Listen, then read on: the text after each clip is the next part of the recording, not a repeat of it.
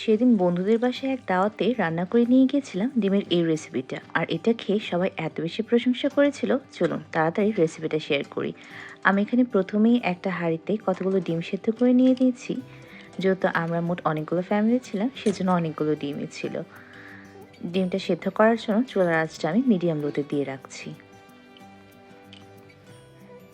ডিমগুলো সেদ্ধ হয়ে যাওয়ার পর আমি এখানে একটা প্যানে বাটার নিয়ে নিচ্ছি। এবার দিয়ে দিচ্ছি পরিমাণ মতো লবণ, সাথে দিয়ে দিচ্ছি একটু হলুদের গুঁড়ো আর একটু লাল লঙ্কা গুঁড়ো। এবার সব কিছুকে একটু ভালো করে মিশিয়ে নিচ্ছি। মিশিয়ে নিয়ে সেই সেদ্ধ করে রাখা ডিমগুলোকে আমি এখানে অ্যাড করে দিচ্ছি। আমার কাছে মনে হয় এখানে তেলে যদি আগে থেকে আমরা একটু হলুদ লবণ এগুলো অ্যাড করে নিই আর তারপরে যদি আমরা ডিমগুলো দিয়ে ভেজে নিই, তাহলে ডিমগুলো বেশ ভালো করে ভাজা হয়।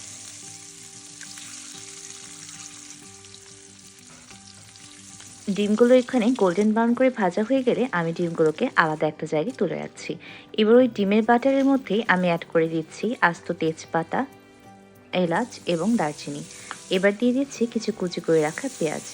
এবার পেঁয়াজগুলো একটু নরম করে নিয়ে তারপর এখানে অ্যাড করে দেব আগে থেকে পেস্ট করে রাখা পেঁয়াজের পেস্ট। পেঁয়াজের পেস্টটাকে মশলাটার সাথে বেশ ভালো করে একটু কষিয়ে নিতে হবে। তারপর আমি এখানে অ্যাড করে দিচ্ছি আদা রসুন বাটা।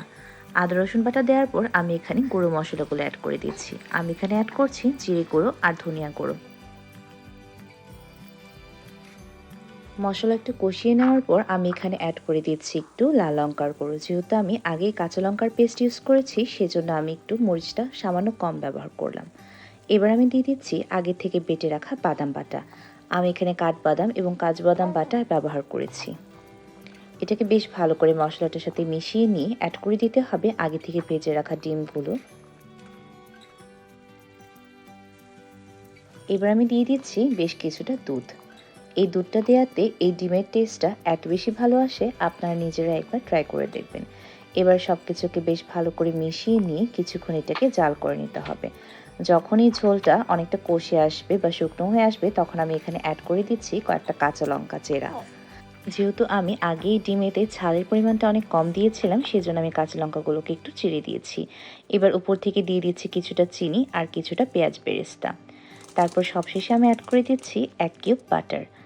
এই ব্যাটারটা দেওয়াতে এই ডিমের রেসিপিটা অনেক বেশি ক্রিমি একটা টেক্সচারের হয়, যেটা একদম মুখে দিলেই মনে হয় তুলোর মতো মিশিয়ে যাচ্ছে। আপনারা নিজেরাই এই রেসিপিটা ট্রাই করে আমাকে জানাবেন যে আপনাদের কাছে কেমন লাগলো। এই তো আমার ডিমের রেসিপিটা কিন্তু একদম রেডি। আমি এখন এটাকে একটা সার্ভিং বোলে নিয়ে নিয়েছি আর উপর থেকে কিছুটা পেঁয়াজ বেরেস্তা অ্যাড করে নিয়ে নিচ্ছি আমার ওই অনুষ্ঠান বাড়িতে নিয়ে যাওয়ার জন্য। চলুন তাহলে নতুন কোনো ভিডিওতে আবার দেখা হবে।